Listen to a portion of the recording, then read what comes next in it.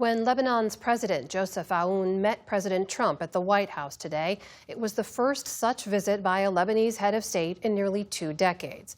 It comes after Lebanon and Israel resumed diplomatic relations under the auspices of the Trump administration, signing a trilateral agreement last month meant to end a long history of wars. But as special correspondent Simona Foltyn reports from southern Lebanon, the deal is facing stiff opposition.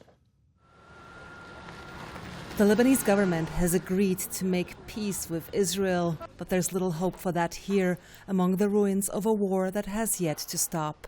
We're in Nabatiyeh, once a bustling commercial town, now devastated by Israel's punishing aerial campaign. The shops are all gone, and Nabatiyeh, as you see, is mostly destroyed. With these strikes, they set us back 10, 15, 20 years for Nabatiyeh to return to what it once was. Israeli troops have occupied the hills southeast of Nabatiyeh. Even as talks with Israel continue, the fear of renewed escalation hangs in the air.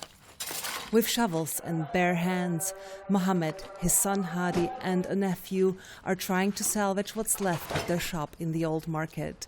Like much of the city, the Ottoman-era buildings lie in ruins. Israel are criminals who like to destroy. They don't want us to have a good country. Many here do still support Hezbollah, in spite of the group's decision to re-enter the regional war last March in support of its ally, Iran. Mohammed is against Lebanon's deal with Israel, which he sees as a capitulation to Israeli and U.S. demands. This agreement protects them more than it protects us. It's more in their than in our interests. They are playing games. Why haven't they withdrawn? What is their intention? Is their intention to take the south?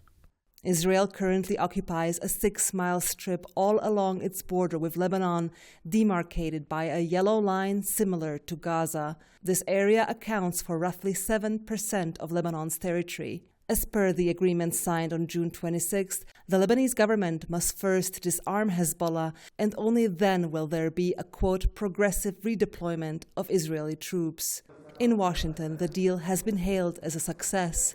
The trilateral framework we signed today is a first step on the road to restoring Lebanese sovereignty and territorial integrity, securing a permanent and final cessation of hostilities, enabling our people to go back to their land. But not much is left to return to. Israel has continued to raze border villages to create a depopulated buffer zone. Rights groups say such systematic demolitions could amount to war crimes. Israeli attacks have killed dozens of people since the agreement was signed, according to Lebanon's health ministry. Esperanza Ghandour, a beloved kindergarten principal, is one of them. This is her when the kindergarten celebrated Lebanese Army Day, and here she is during last year's Christmas party. She was killed on July 6th while on a quick trip to check on her house near Nabatiyeh. Her husband, Wissam Kanso, explains what happened. Esperanza was driving. Her mother was next to her. The maid and the plumber were sitting in the back. The strike came from here, directly at my wife. None of the car's 4 occupants survived. Given Israel's advanced surveillance capabilities, Wissam finds it difficult to believe that the strike was a mistake. The Israeli enemy knows every needle on the ground. They know her car, they know her plate number, they have the phone numbers, they have all the information. Wissam feels that Lebanon's deal with Israel has come at the expense of justice for victims like his wife. We haven't heard any condemnation for the killings, not from the President of the Republic, not from the Prime Minister, nor from any official in this government. To better understand why the school principal might have been targeted, we drove towards the strike location. Only a few cars make the perilous journey this close to Israel's yellow line. In describing the incident, the Israeli military said it had struck a vehicle that was approaching what it calls a security zone, posing a threat to its forces. This is where Esperanza Ghandour was hit by an Israeli drone while on her way back from her village, driving away from the front line. So it's difficult to imagine how she would have been perceived as a threat to Israeli forces who are stationed over there. At the entrance to the village, flanked by billboards of Hezbollah's past and present leaders, we met the mayor of Nabatiya al-Fawqa. Her house is about 400 yards away from here, on the main road. Zain Ghandour believes Esperanza's killing was intentional. It's clear that this is a message to every civilian who wants to go to this area, that they will target him. She wasn't just a school principal. She was a symbol of patriotism, a symbol of resisting the occupation, a symbol of dignity and steadfastness and clinging to the land. The municipality has now erected a symbolic barrier to signal to civilians that it's not safe to go any further. Inquisitive young men on motorcycles occasionally whiz by. Hezbollah, like Israel, keeps a close eye on this area. The village sits at the foot of the strategic Ali Ataha Ridge, an embattled hilltop the Israeli military has yet to fully capture.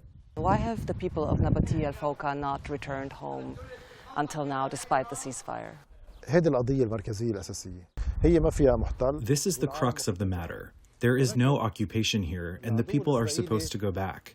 But the Israeli enemy is occupying these areas through the media and through fire from the sky. The villages adjacent to the occupation zone have become a no man's land, with no people and no state. The Lebanese state should take the political decision for the Lebanese army to deploy to the heart of the whole village, to make people feel safe that the state is present. We traveled further south to the village of Froun. It lies in one of two areas designated as so-called pilot zones. The Lebanese army is building up a presence here. This is one of the new Lebanese army positions that have been established to implement the Israel-Lebanon Framework Agreement and to ensure disarmament of Hezbollah in areas that the Israeli army is not occupying. Once Israel is satisfied with this process, it should redeploy from Lebanese territory. But the agreement doesn't mention the word withdrawal, nor does it stipulate a timeline for it, raising fears of an indefinite Israeli occupation. To people here, it seems as though Israel wants the Lebanese army to finish its job and disarm Hezbollah in areas it could not seize. The Israeli army is based on the other side of the valley, about 2.5 miles away.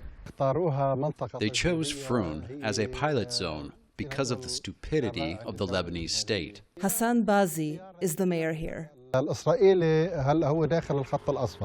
Israel is inside the yellow line, but they chose areas adjacent to the yellow line which Israel couldn't take during the war, so they're trying to take during the ceasefire. The mayor says there's no Hezbollah military infrastructure left in the village, but the group is deeply embedded in the social fabric of the south. Hezbollah's yellow flags are firmly planted in the ruins, a message that it's here to stay with or without weapons. Posters thank fighters for their sacrifice. Those young men protected us. If it weren't for them, Israel would have taken Froun and destroyed it like the other villages. More than 200 homes in this village alone, including Zainab's, were destroyed in Israeli strikes. This house belongs to one of her relatives.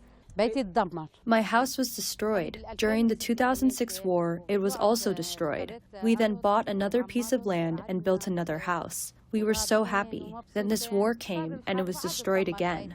So little is left of the village this war around that it's difficult to imagine how people can rebuild again. To many here, Lebanon's agreement with Israel feels not like a path to peace, but surrender.